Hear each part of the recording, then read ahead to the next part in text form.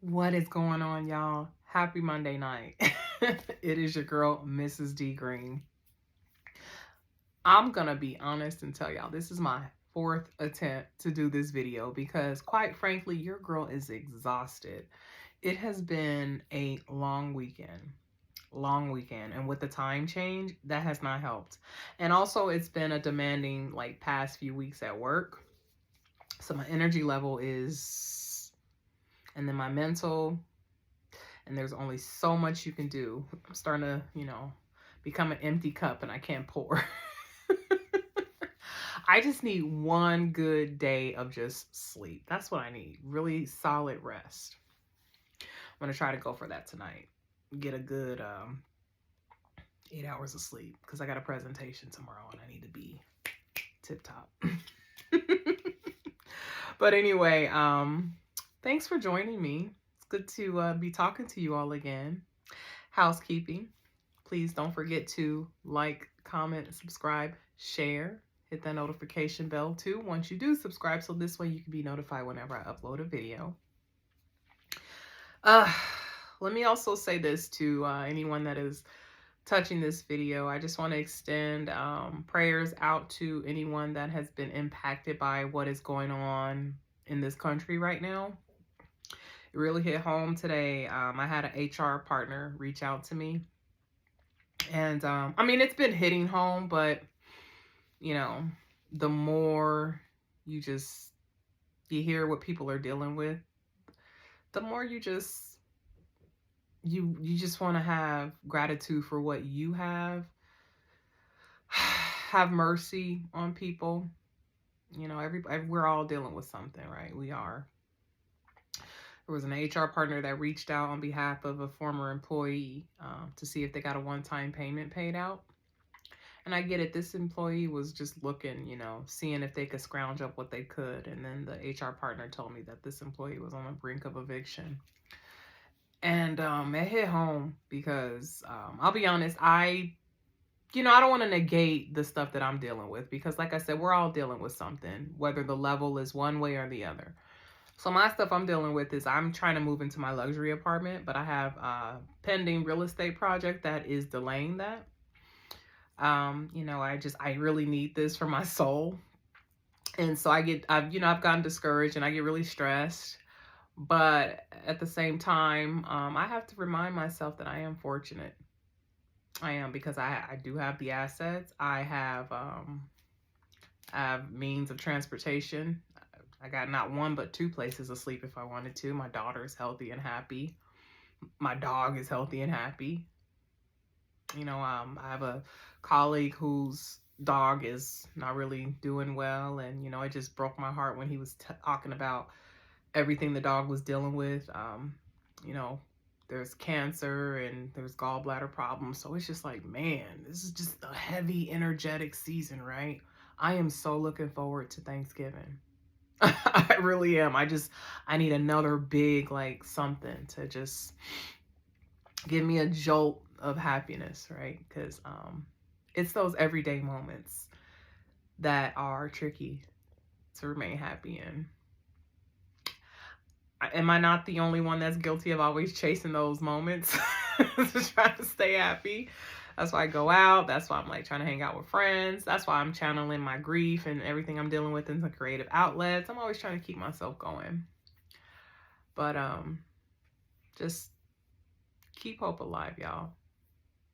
Be grateful, lean on your whatever you believe in. Lean on your faith heavily. That's the best thing you can do to keep your head above water, because if not, you'll defeat yourself. You will be defeated. So just try your best. I know it's hard. I know, but God's got us. Your God, my God, whatever God you believe in. I know my God's got me. So you got to know that your God's got you too, okay? All right, so enough of that uplifting spiritual stuff. Let's get into the mess, because that's why we're here. So as you know, we are here to recap season 10, episode 5 of The Real Housewives of Potomac. In this episode, I found myself unexpectedly understanding and siding with some and disagreeing with others. You know, some of them I actually like. The ones that I had to disagree with, and the ones that I agreed with, I don't really jive with. But that's the thing about watching these shows, because these dynamics are so nuanced and things happen just like that, and it's conflict resolution constantly. You have to watch objectively because your opinion can change. You don't want your biases to be so fixed to where you can't see the bigger picture. And so I found myself, like I said, just kind of like, well, I don't know. I don't know if I agree with you, girl. And yeah, girl, you got a point. I don't like you, but you got a point, you know? A lot of that this episode. So let's get into this episode, shall we? So they pick up where they left off last week, sitting at the table, drilling Stacy about the whole Chris Samuels debacle of it all. Ashley says that at her second Bloom party, which happened in the first episode and the beginning of the second episode, in the first episode, beginning of the second episode for the season, she says, and this was an off-camera moment, but she had a friend named Tatiana that came to the event after cameras were down and it was a little later. And she told Ashley that she had heard Stacy was trying to hook up with Chris Samuels. Now, in case you don't know, Chris Samuels is the ex-husband of my girl, Monique Mayweather Samuels, who was a cast member from seasons 2 through season 5.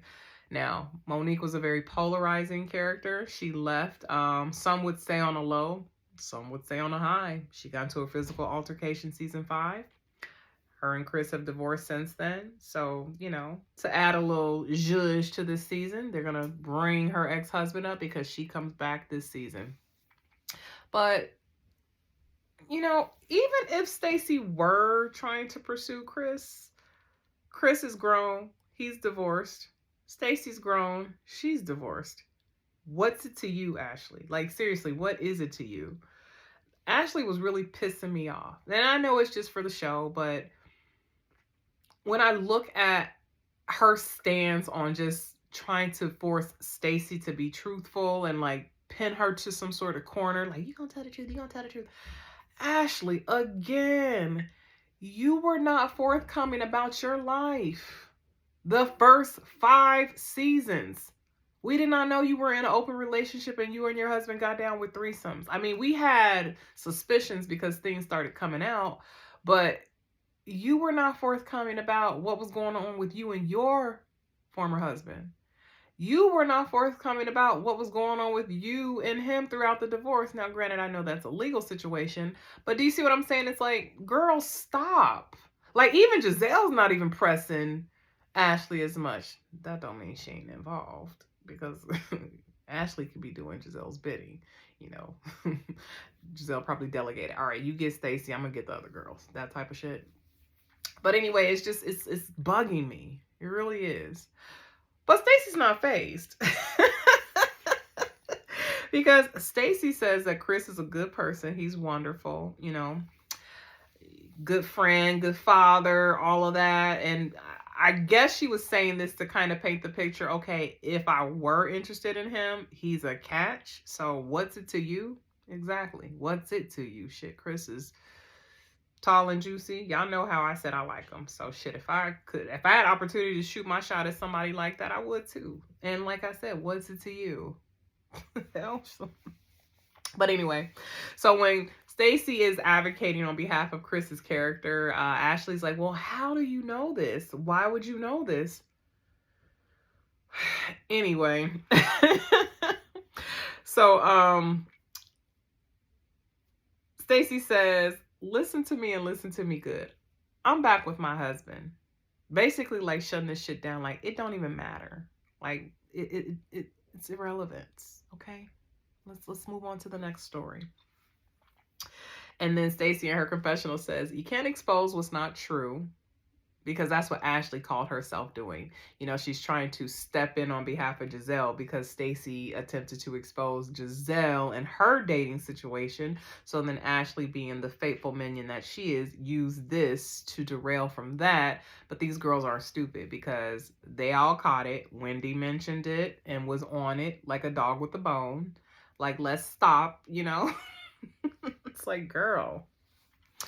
All right, so Stacey says she is not worried about them. She's just going to continue to be herself, do her, live her fabulous life or whatever in her nameless role. The one that Giselle didn't, put her name on. And then she says to them, y'all just want me to be something that I'm not so bad. And it's true. It's like, y'all really want to pay me out to be that person, but it's not going to work. I'm the Teflon Don. Good for you, Stacey. Good for you. All right, so they all go back to Giselle's suite to celebrate Wendy. Giselle makes it a point to tell Wendy, okay, remember how last year you had us celebrating your 40th birthday for like a week or whatever? You only get one day.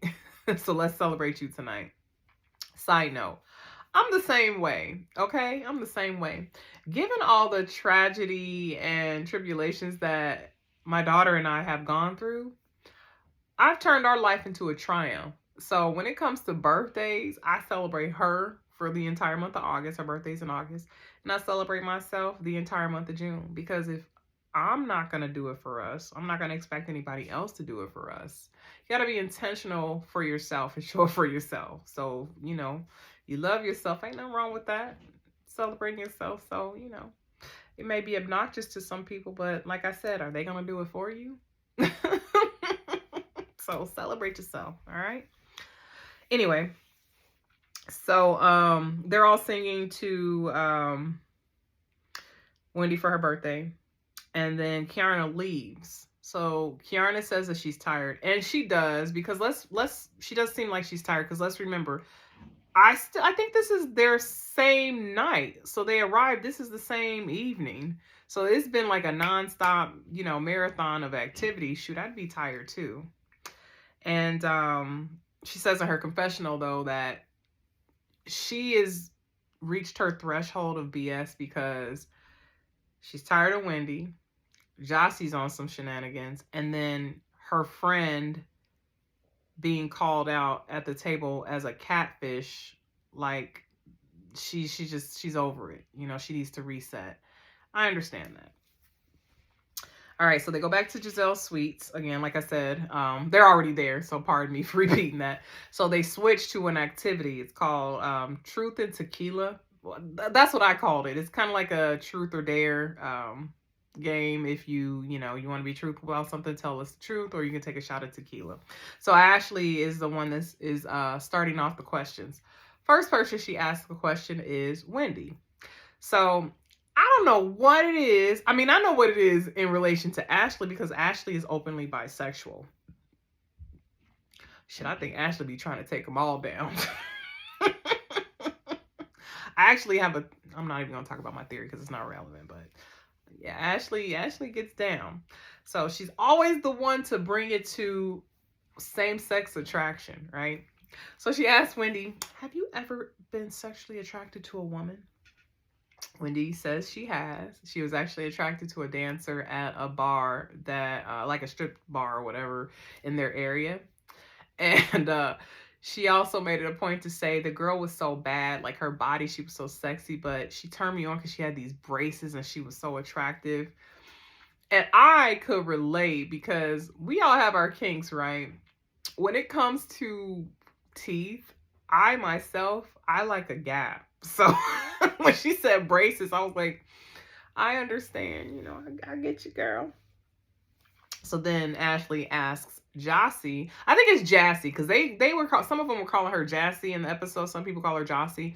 So if I go between the two, just know I'm talking about the same person, okay? So then she asks Jassy, she's like, Jassy, do you feel like there are still some hiccups with Darius? Because now Darius, in case you don't know, is Jossie's now husband. He had not one, but 2 break babies on her. Now, I mentioned this before. Depending on how you look at it, who really won? Because he married Jossie, yes, but he has 2 babies under the age of 5 with another woman. That is always going to be a shadow over their relationship. And so Ashley says, well, shit, if she likes it, who are we? I love it. I don't know, man. That takes that NFL check must be good, or that prestige or whatever she's seeking must be good, because it is not that serious. I'm like, one, that's even a stretch, but two, homeboy was intentionally not disciplined. He was not caring about his seed. He's just one of those F boys who happens to have an NFL contract. Ugh, not for me. Mm-mm. Anyway, so then Wendy now gets the opportunity to ask a question, and she asks Angel a very off color. I would have worded this differently. I would have said maybe, if you had to snub someone or if you had to get rid of someone in this group, like the group, not off the earth. She asked her, if you were to unalive someone, who would it be? And Angel very matter-of-factly says Giselle. And then she tells Giselle, because you, and I noticed her accent changed. I heard that Baltimore accent. I can't do it, y'all, but you get what I'm saying. She was like, because you called me a catfish, and that's not cool. And I didn't like it. And I'm that bitch, or whatever she was saying. And everybody was clapping for her. Everybody was welcoming that, she was standing up for herself. She was putting Giselle in her, well, not in her place, but basically like calling Giselle out and confronting Giselle. And they noticed also that she's doing this when Kay is not around. I wish it wasn't like that, but it is what it is. So Giselle says in her confessional that she's impressed, even though it's at the sacrifice of her, at least it shows that Angel has a pulse to stand up for herself. And then Wendy says in her confessional, she noticed that as soon as Kay left, Angel was free to open up. I really still have hope for Angel. I really do. I'm hoping she is a slow burn. So far, she's coming off as, she's struggling to find her footing. She really doesn't belong on reality TV, because you've got to have a little bit of like delusion. Even though you're a logical person, you got to have a little bit of crazy in you to go there. You got to be a little whimsical to step outside of the parameter of normal. She's giving me the Deshaun Snow from Real Housewives of Atlanta season 1. She's giving me a lot of Deshaun Snow energy. Angel, I'm gonna need you to rise up, because that tagline is very misleading. Now, we only are 5 episodes in, so maybe things will change, but so far we're 5 episodes in, and I haven't seen an angel scorned with a wrath that has fury. So come on, girl, what's gonna happen? Anyway, so they end the night. Angel says goodbye to everyone. She gives everyone a hug. Now remember this. They're closing out the evening. There's no issue. Angel said her piece to Giselle. Everybody's cool, right? All right, next morning, Angel wakes up. Her and Kiara are in their suite. And she sits down. And she says that she was very disappointed in Giselle, because she expected Giselle to be more like a big sister. I don't know why, because the energy you're expecting from Giselle actually comes from Karen, but Karen's not here. So, Angel says that, not Angel, I'm sorry, Kay says to Angel, and I really appreciated this about Kay. She's pouring into her friend. She's saying, you're basically still pumping. Your body is postpartum. What woman would want to criticize you for that? And I'm with Kay on that. Real talk, outside of this housewife stuff, your body postpartum, people are obsessed with this snapback culture. It's not healthy. It's not good for you. That postpartum body, you are supposed to be focusing on bonding with your baby, trying to connect with yourself again, embrace this new role.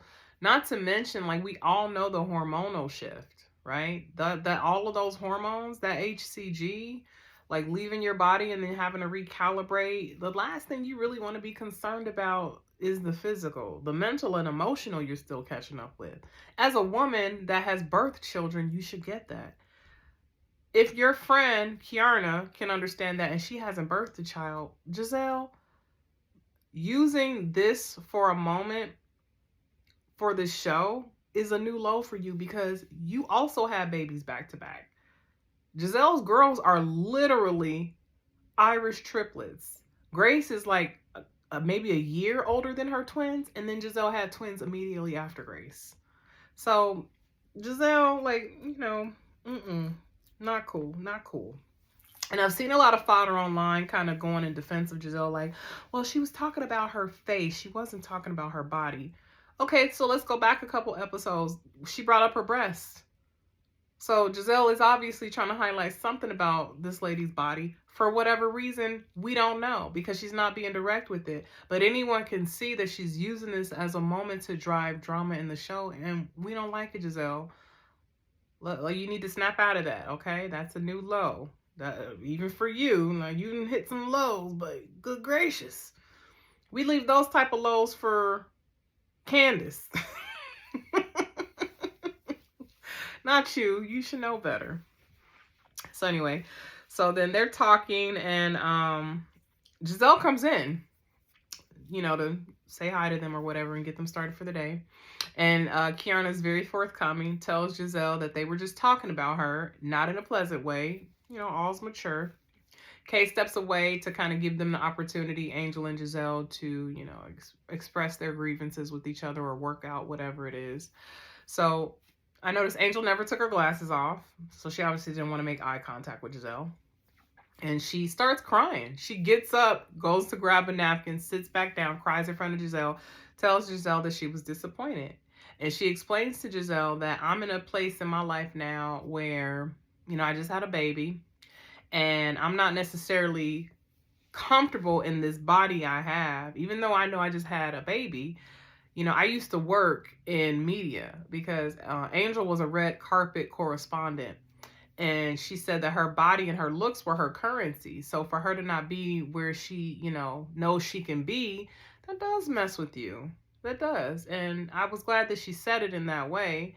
Now, granted, it's not Giselle's responsibility to carry the burdens of Angel's insecurities. However, if you're poking at her insecurities and she's telling you you're doing such, I do feel like it is your responsibility as a decent human being to at least acknowledge it and nip it in the bud.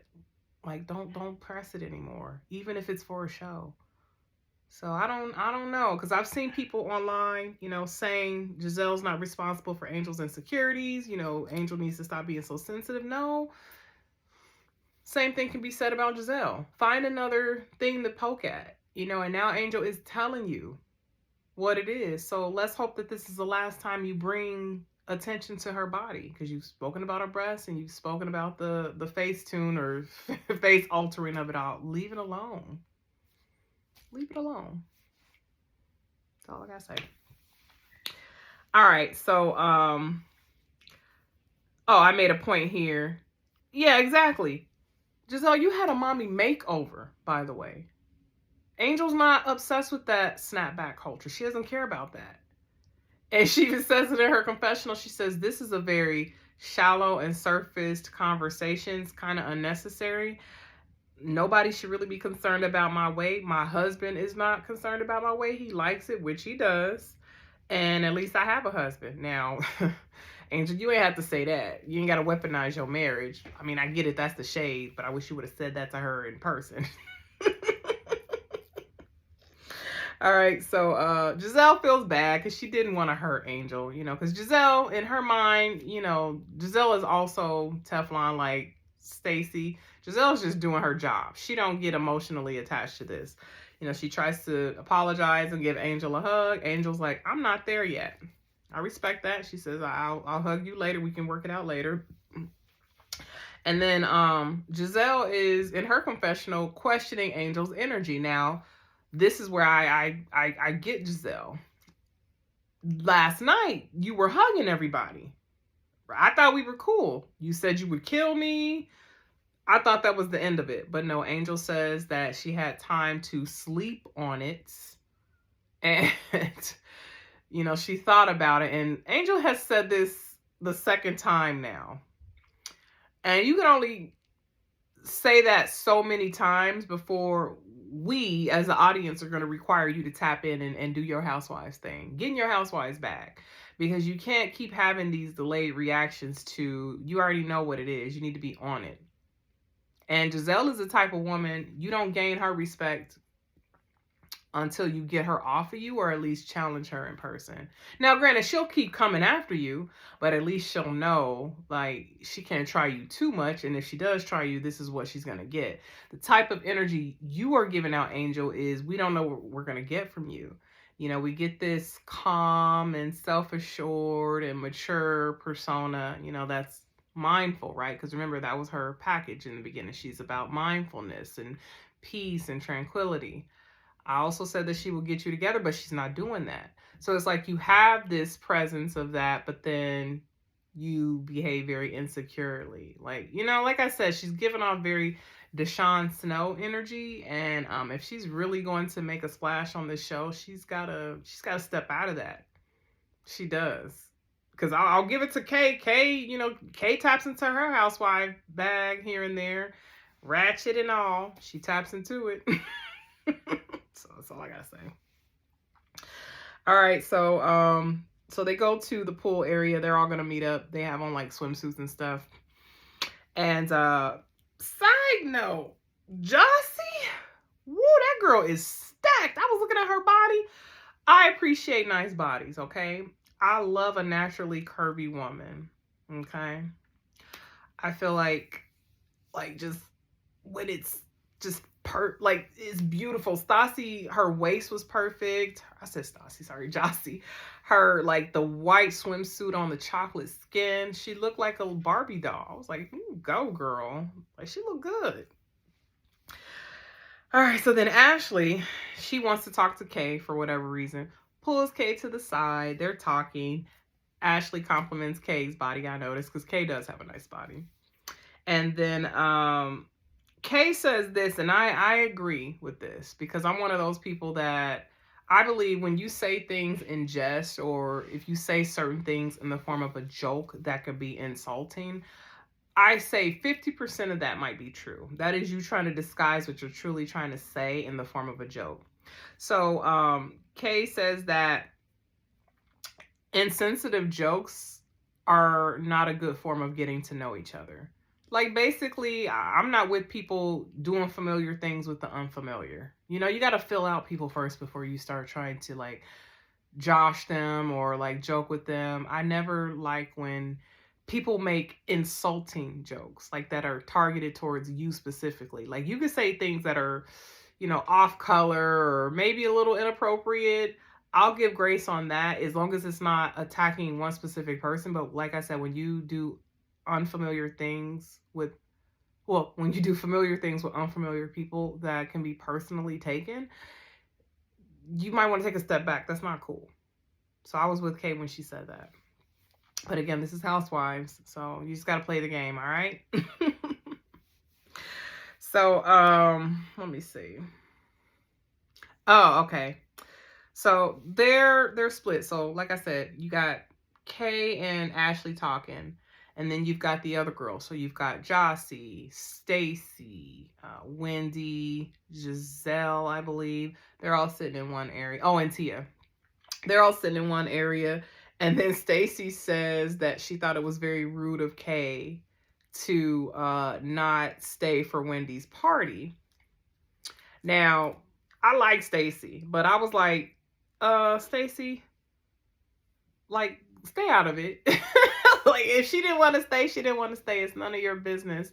But I get what Stacy's doing too. It's like, okay, Kayarna was coming after me, trying to make me the butt of a joke in a moment in the show. Let me try to make her a moment in the show. So, Angel, she steps on the scene because she had stayed back after her and Giselle had this conversation. They flash back to a scene of Angel talking to her husband. Now, her husband in this scene was doing what I feel any loving husband would do, in that you're standing up for your wife, because Angel's telling her husband how Giselle, tried to make her the butt of the joke by talking about, how she looked different on social media and blah blah blah. And her husband's like, this woman is almost 60 years old. Let's see if we can dig and find some pictures of these women. And yeah, I mean, but that's why I said things like this, like they start getting out of hand, and then it starts, getting nasty, and it's just unnecessary drama. Unnecessary. All right. So, Tia. So Tia makes a comment when they're all sitting amongst in their little group. Like I said, they're all grouped off.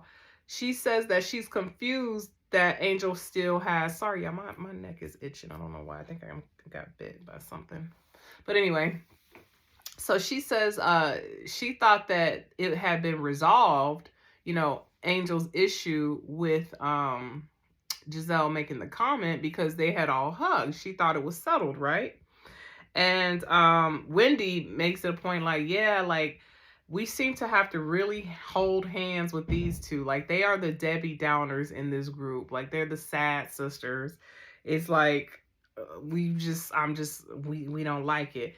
Here's my thing, Wendy, and this is why I said I was going back and forth. So, Wendy, you have yourself been on the receiving end of Giselle and her crap, like all of the crap. So just because you're not taking it this season, how dare you forget what it's like to feel the way that Angel and Kiana feels? Now, Wendy doesn't really owe them anything at this point, because it's, gloves are off, given everything that's happened thus far. But I really don't like this attitude Wendy is taking. Oh, it's not me, so I don't care. Girl, it was you for season 7, season 8. You just came around like last season 9. Now season 10, you're in Giselle's good graces. And again, you forgot what it felt like. So...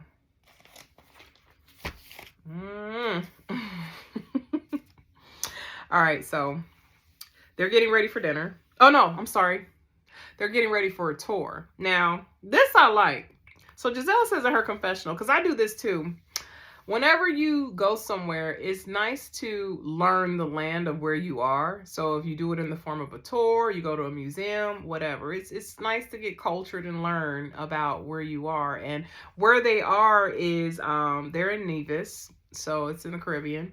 And that's where Alexander Hamilton, the father of our United States Treasury, he basically established our financial system. There is a play on him, a Broadway play. That's where he's from. So they're going to go visit his house, which is where he was born, his childhood home. And they've turned it into a museum. So they had a lot of artifacts from, when he was little, and they just explained his life. And they were talking about the history of how Alexander Hamilton died. So if you don't know, what happened was there was a duel. Like they used to always do duels, like the shoot-offs or whatever. And I don't see how these could be friendly of any sort. You're shooting a gun at someone. But the tour guide said, yeah, he got into an unfriendly duel. Aaron Burr, who was the person that was responsible for his death, intentionally killed him. And then Wendy is like, well, that's what'll happen. You got some people who you think are your friends, and they just want to take your head off, or something she said. And then Kiana in her confessional says, here's Wendy with her passive aggressive. You got friends that like to piss on you and tell you it's raining. And she's like, so here she go, not coming with the real. And I was like, okay, y'all too. God, I'm getting tired of y'all on this trip. So, I forgot this part. This was funny. So on the way to the museum, they were on the bus, and their bus driver, or the tour guide on the bus, was singing. So he's singing the song that's in the Alexander Hamilton musical. And he's doing a good job. He has a nice voice. So then Wendy asks him if he's, taking internships, and tells Ashley he should take an internship with him because she comments on Ashley's singing voice. Like, I don't want to basically be hearing her sing any rendition of Roberta Flack. And then they flashed to like these media clippings of criticizing Ashley's voice. And there was one that said, lock Ashley up next to Karen. I mean, like I said, you got to have a certain level of delusion, right? To, I guess, thrive at anything. Because Ashley, no, she can't sing, but she's laughing all the way to the bank. And she's got the confidence to just go out there and, the gusto to do what she wants. She doesn't second guess herself. Coco Jones, she actually said this too. One of the things that has propelled her into being successful that she relies on is a sense of delusion. And it's not that you're lying to yourself, but you got to psych yourself out sometimes. Like, we're in our head a lot. And when you're in your head thinking about the possibilities of what could go wrong, you tend to miss your opportunity. So sometimes you just got to not even think about it and just go for it, even if it's something you never saw yourself doing. So healthy delusion, in other words, is a good thing to have, because you could be setting yourself back and not really doing what you could do, to get the best out of your life. My daughter must have opened up some sort of window because it set off my alarm. So sorry for that. It's a late night for her. They don't have school tomorrow because it's election day here in Georgia. So little girl she's chilling. All right. So anyway, let's see. Okay. So oh, okay. So the passive aggressiveness and Kiana's comment about, Wendy pissing, rain, all that. Y'all get it. So you've got Tia talking with Angel on the side when they're in the museum. And she's basically like leveling with Angel. Like, I get it. You just had a baby. Basically saying, I get why you feel the way that you feel. We shouldn't highlight, your body or whatever because you just had a baby. But then Jossie, and I'm noticing, I'm like, okay, Jossie, you might want to back off my Tia. Back off my Tia. Back off. She says, well, you were also kind of agreeing with what she said too. You put your head down. And then Tia's like, yeah, I may have agreed, but I would never call her out at the table. I would pull her to the side. I'm going to leave that type of stuff to Giselle.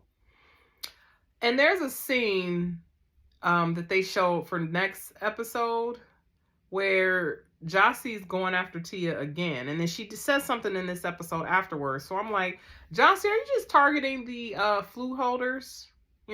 Because you want a flute? But like I said, back off of Tia. That's my girl. All right. So they're walking outside of the tour. And I think it was Angel talking to Jossie. So she says, Angel, that she's an OG wag because she basically put in the work to get to know the younger girls that are wags, right? So wives and girlfriends of athletes. And I felt like she was kind of saying that, sort of to highlight what she expected from Giselle when she said, I'm disappointed in you. I expected you to be like a big sister, right?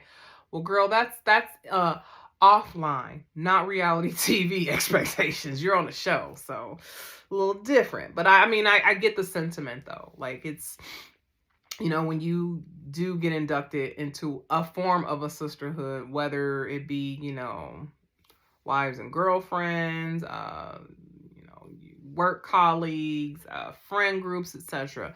If you have a certain amount of wisdom or lived experience, I don't feel it's wrong to expect for someone with that lived experience to project some sort of like wisdom or covering, but to each its own, to each its own.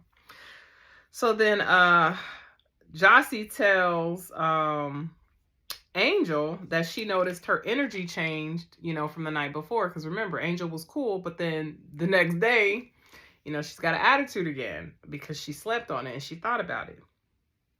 So, let me see. Oh, so then Jossie brings up the whole catfish thing. She's like, well, is Angel catfishing a whole personality? And producers give us this gem because Jossie says it's as if Angel went and spoke to somebody and she changed her whole energy. So we get this gem. Remember, I said after Angel, they ended the night in Giselle's suite. Angel hugged everybody. This scene that the producers gives us is 5 minutes after that, right? So then they show Angel going into the suite. Kiana's sitting at the sofa. They're all talking. Well, those two are talking, and she's telling them what happened, and they both are like not feeling it. So basically, with that conversation, it reignites, um, you know, some disdain that Angel may have for them, even after having that good night with them. So what it looks like in that is that, yeah, Kiana does have some sort of influence over Angel, or Angel just has some like super allegiance to Kiana.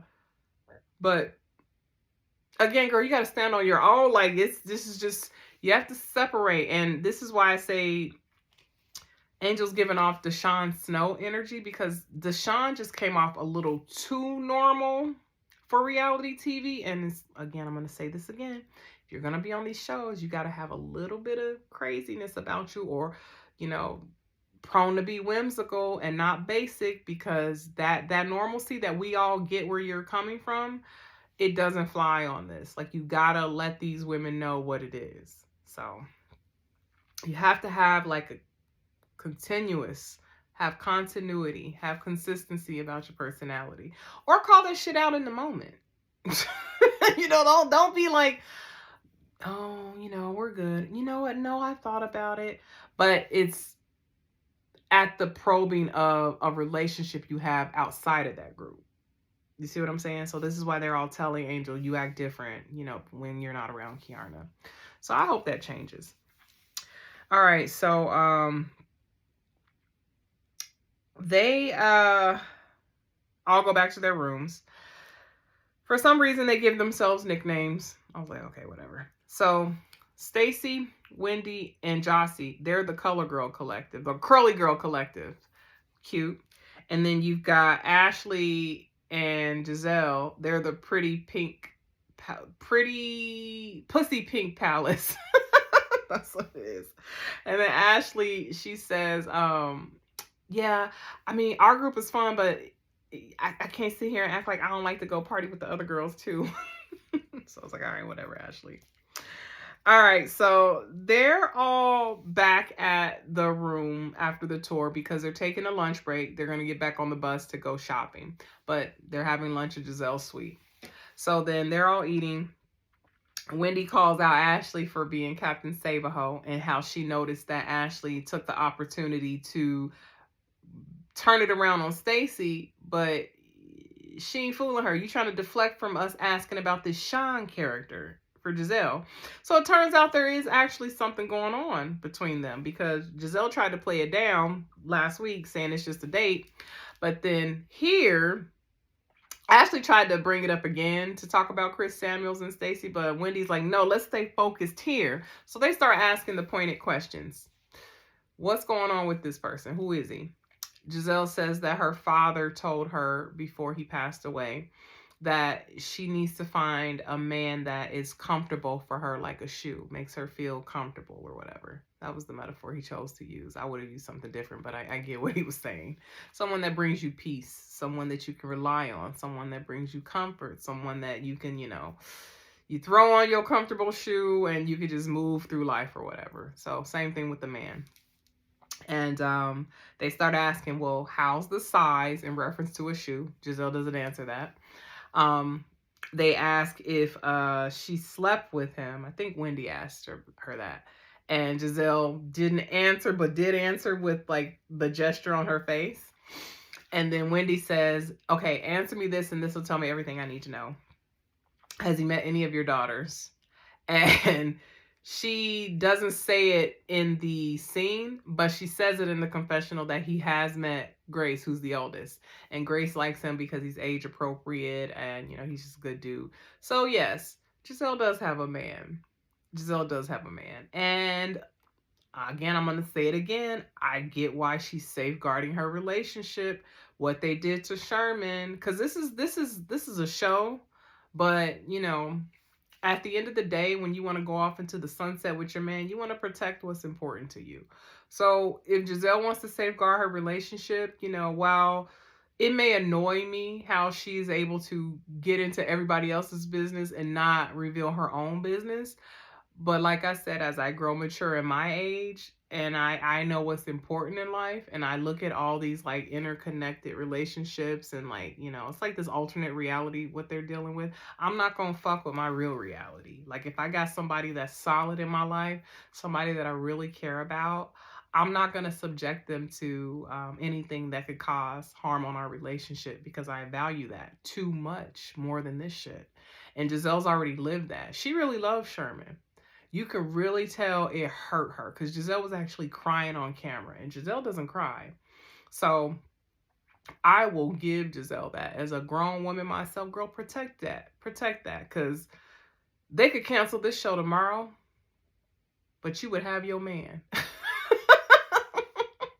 So, hey, I'm with her, girl. You ain't got to tell them shit. All right, so next one. All right, so I said all that. Comfortable shoes, sex, blah, blah, blah, blah, blah, blah, blah, blah, blah. All right, so they're eating. So then now they start to ask Tia. Oh, no. This is after. So Angel says that her husband sent her some money to shop. He sent her $5,000. Giselle with her hating ass. Oh, here she is talking about her husband again. He's sending her $5,000, and she's always, highlighting Bobby this, Bobby that.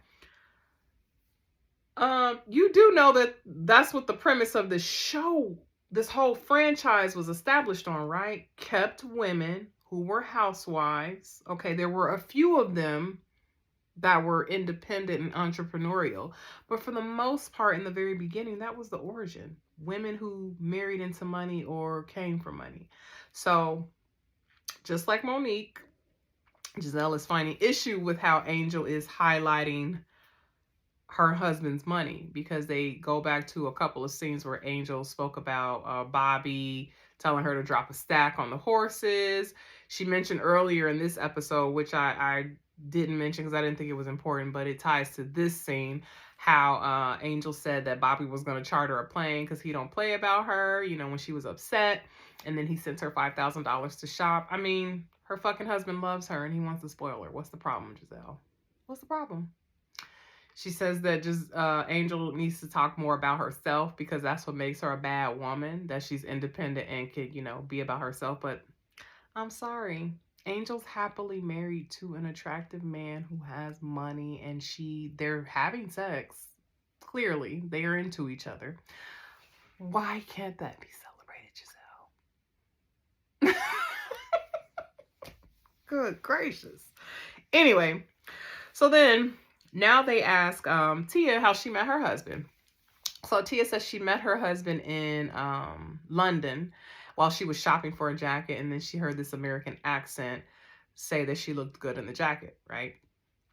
And she said that she was very naive because she thought with both of them being black that they would have more similarities than differences. Well, no, turns out they have two different subcultures because they were raised differently. So that actually clashed in how they parent their children, because whereas Tia was raised very hierarchical, like the elders are the ones who are authority. Oh, sorry.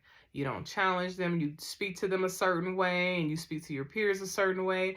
Her husband, who's American, we're more individualistic. So you have the collectivist groups like, Nigerians, Filipinos, Vietnamese, and then you've got American culture, which we're not like that. We kind of like, whereas we don't focus on the group, we focus on the individual. So you do pay attention to, the upbringing of the individual, and you give a little bit more liberty in their upbringing. I'm kind of like Tia's husband, Now I'll correct my daughter when I have to, but, I'm not raising a prisoner, I'm raising a person. So I allow for her to have a voice. That's just how I feel.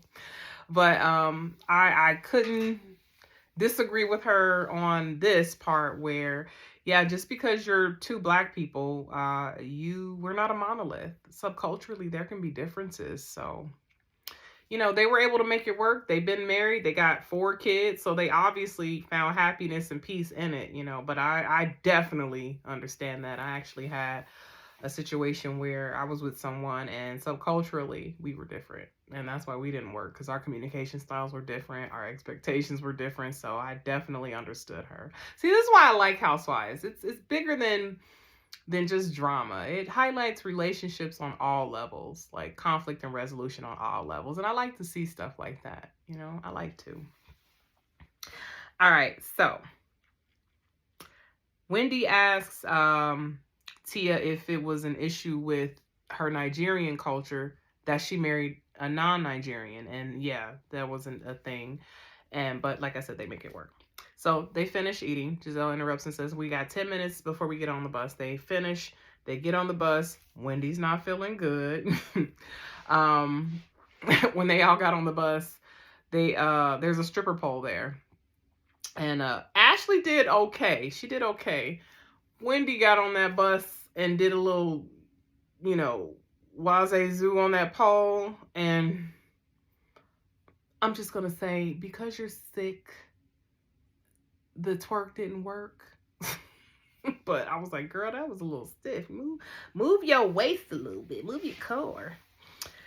Anyway, so they're going to go shopping at this artisan village. So it's a local store, like a collection of stores that's sourced by the locals. So a lot of the stuff is like, I guess Wendy called it thrift store, more like farmer's market to me, some of the stuff, because it looks like there were t-shirts that were, made with like those pressing machines. And then you have people that make their own like body oils or whatever. There was a yoni oil.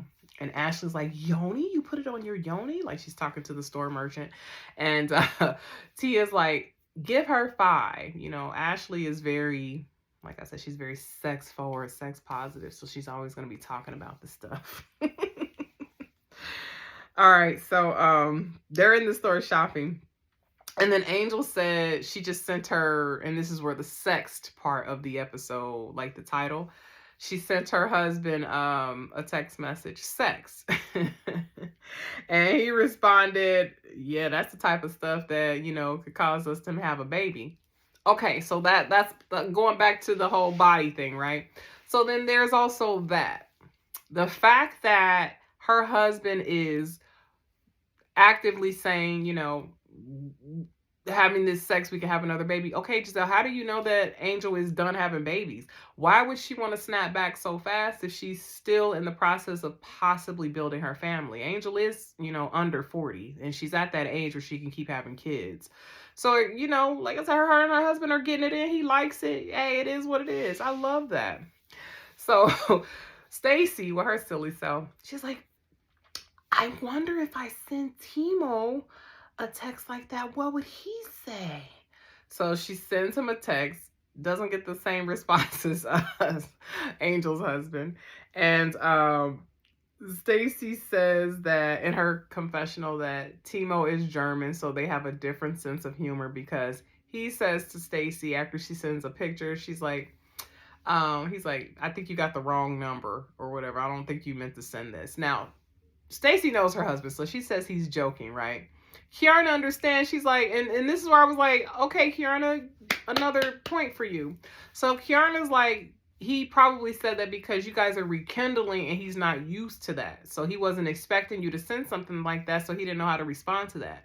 And yes, because Stacy did make it a point earlier in the season to say how her and Timo didn't really pour into each other on that romantic level when they were raising their daughter together. So this is a new Stacy to him. And of course, when she sends a message like that randomly, he's not going to necessarily know how to respond to that. Joking or not, I get it. With Kiarna tying that point in, it made more sense. But of course, we got messy Ashley, who's pissing me off. She couldn't wait to go run and tell Giselle to make it seem like, Stacy is delusional on her perception of this relationship between her and Timo. So in her confessional, Ashley says Stacy is in a relationship with herself because she thinks that Timo is just not buying into it. So as she's gossiping to Giselle outside, again, Stacy, Teflon Don, goes right out there like, stop talking about me. Are you guys talking about me? Stop talking about me, okay? Like, just so effortlessly confronts it head on, not violently, not ratchet, not worked up in emotion, just eloquently nips that shit in the bud. This is why it's like, how can you not like Stacey?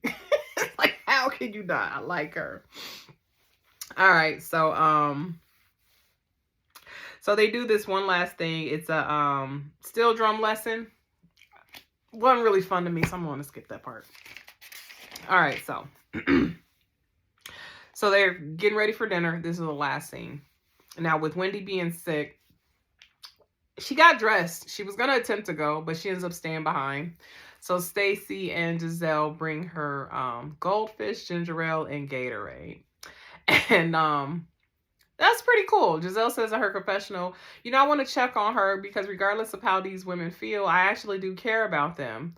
The producer, shady ass, asked Stacey, no, I'm sorry, not Stacey, asked Giselle in the confessional, well, do you think if Wendy would have given Kiana the same treatment when she got sick that things would be different between them? And Giselle just starts cracking up and says next. Let me give context. Even though I didn't watch the season, I knew what was going on.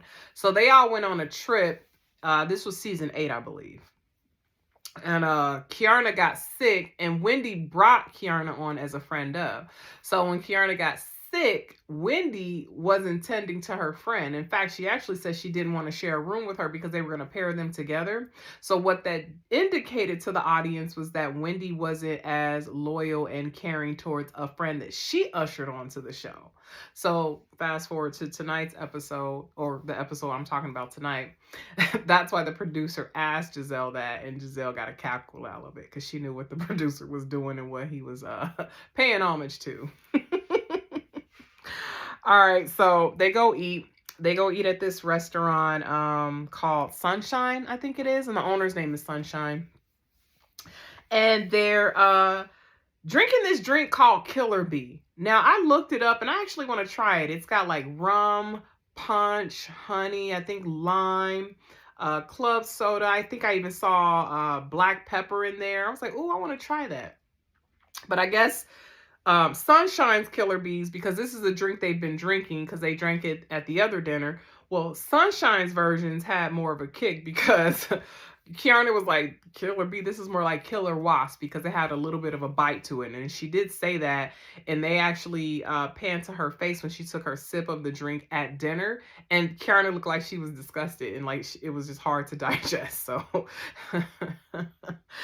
Mr. Sunshine, yeah, a little heavy-handed on the seasonings, I see. So then they all sit, and Sunshine, he tells them that he's going to cook for them or whatever, and, you know, introduces himself. And then Angel just asks after that, she's like, well, am I going to be on the menu tonight? I just want to know. And Giselle quips, well, the night is young. It's like, Angel, stop testing Giselle before you really learn why we sometimes tend to hate this woman, because she's being nice, but she can be worse. All right, so Giselle tells Kay at dinner that Wendy was offended that she left. And Ashley says, though, how it was also good for Angel to be on her own. Now, Kay explains why she left. You know, she wasn't feeling good. And then she says that she wants to thank Giselle for being honest with her, that Wendy, you know, felt disappointed as opposed to being hardened by it, because what that tells Kate, because they've been so, like, you know, distant with each other and nonchalant, that Wendy actually does feel a little something, and if it were left up to her and Wendy, they would never scratch below that and really, like, try to, you know, close the gaps in what's going on with them. Oh, going back to Angel. So when Ashley says that it was good for Angel to be left alone with them, you know, so that they can bond, I think it was Jossie who said, well, but didn't you also say you didn't have a good time? And so Angel explains how, you know, she got a chance to really think about what had happened and she slept on it. I'm going to say this.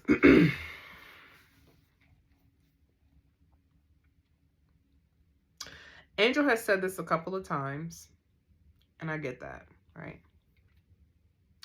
I also am in the headspace to understand that sometimes when we're in the moment, like really in the moment, right? If you are really trying to submerge yourself in the moment, not have airs, not have barriers, right? Not have boundaries, you're not always going to be on the defense. So I will give Angel that it throws her off when the women, from her point of view, come at her. And so she's probably processing and trying to wrestle with the fact that this shit's really happening. Like, I'm trying to form a sisterhood and I don't really understand the concept of this sisterhood, because I could tell Angel is, outside of like how she's playing herself, she's an authentic person. So this is, this is not her scene or whatever. But again, girl, you on Housewives, you on reality TV. You should have at least watched the season so you can research the dynamics and how to really show up as a power player. You got to have a little bit of that in you. So I get it. Let this hopefully be the last time you had to sleep on stuff. And hopefully you are now woke to what the expectation is of you in this group. Otherwise, you're going to get trampled over. So I get it, the sleeping on it and, coming to terms of what it is. But again, let it be the last. All right. So then, so as Kay is talking to Giselle and saying thank you for, pointing it out how Wendy really felt, well, she then tells Jossie that she was also uncomfortable with her because she felt betrayed for how Jossie, understanding that her and Wendy, Kay and Wendy's relationship is fractured right now, she didn't like how Jossie basically is adding fuel to the fire. And then Jossie says, well, it hurt me that you brought up something that I spoke to you about in confidence. And so Kay's like, what, that the fact that he had 2 kids on you? And then Jossie's like, no. And she's like, oh, I'm sorry. And Kay's like, oh, I'm sorry. One, I can't keep up. So now she's being sarcastic. But I was with Kay. It's like, bring it to the table what it is that you want me to be held accountable for in hurting you, right? If you're not bringing it to the table, then how do I confront it? I'm not going to cop to something that I don't know I should be held accountable for because you're not saying it. So I get what Jossie's doing. Jossie's playing her Housewives game, or her friend who wants to be at Housewives game, because she's working overtime. I definitely see it. And when they're going back and forth about the kid thing, I noticed, because I looked at Giselle. She said, all right, let's just get out of it. Now, in case you don't know, I understood why Giselle, when it comes down to the whole fathering children outside of their situation, that happened to Giselle with Jamal Bryant, Pastor Jamal Bryant. So apparently, when Jamal Bryant and Giselle were married, Jamal had a few outside babies with people from the congregation. So that is a sensitive topic for Giselle. All right, so Kay says in her confessional that Jacqueline, because this is why Kay is a little about Jossie, that Jacqueline told her that Jossie told Jacqueline not to trust Kay because Kay was a snake. A lot of like he says, she says shit happening, with these new girls. And Kay says she was hurt by that because she was really being genuine and intentional in trying to establish a friendship with Jossie and all the girls when she first came onto the scene. So now in Kay's defense, and this is why it's like, all right, Kay, you got to tap out of that grown girl mentality, that hood mentality, and get sophisticated with the shade, because you playing this Housewives game. Kay did come in trying to be genuine. Now that you've seen what it is, play the game. Just play the game. You will go longer playing this game because it's a social dynamic game. That's all it is, with a little bit of mind fuckery. If you're getting a 6-figure check, you get to travel, you get to dress glamorous, you get notoriety because this is drawing attention to your business. You're gaining followings on social media. While in real life it would piss us off, girl, it ain't that bad. Just tap into it. Do what you gotta do, okay? Do what you gotta do. That's all I gotta say. And that's only because I've been watching this shit since I was 23. I'm 41 now. All right. So I see how it is. Whether it's a franchise in DC, Orange County, New York, New Jersey, Atlanta, the playbook don't change. It don't. It's survival of the fittest. So either tap in or tap out. The choice is yours. All right. So anyway, Jossie says she's hurt, and in her confessional, and the credits are rolling in, they're asking her, well, what is it that Kay said that is so damning about Wendy? And basically, Jossie says in the confessional, which I thought was not that big of a deal, but of course, you know, Jossie's playing her Housewives game. She's like, well, it's not so much what she said being the only thing, it's the timing of when she said it, meaning Kiarna was saying disparaging things about Wendy, i.e., don't trust her, while they were supposed to be friends. Okay, Jossie, you've been hanging on to that shit? Like, and? And then that completes the episode. So, like I was saying earlier about Jossie, because I don't want to touch too much on the next episode, not too much for me to go off of, but what I did see is Jossie was yelling at Tia about something, right? And I'm noticing, like I said with Jossie, she's attacking the newbies. Because she wants that flute. That's what I'm seeing. Just fighting over flutes. And I guess we'll see how this goes for her. All right, y'all. I'm going to go ahead and end this. It ran a little over because I had a lot of intrusive thoughts while I were going over my notes. I'm very tired, but I wanted to get this out because, like I said, this was like my third attempt to try to get this going, and I said I am not starting this over because I got other shit to do.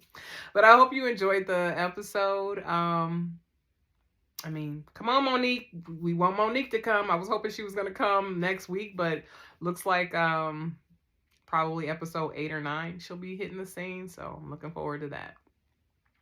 Let me know what y'all think in the episode. Like I said earlier, please don't forget to like, comment, subscribe, share, hit that notification bell, and I look forward to talking to you guys next week.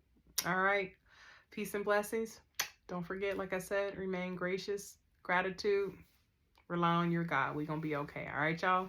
All right, bye now.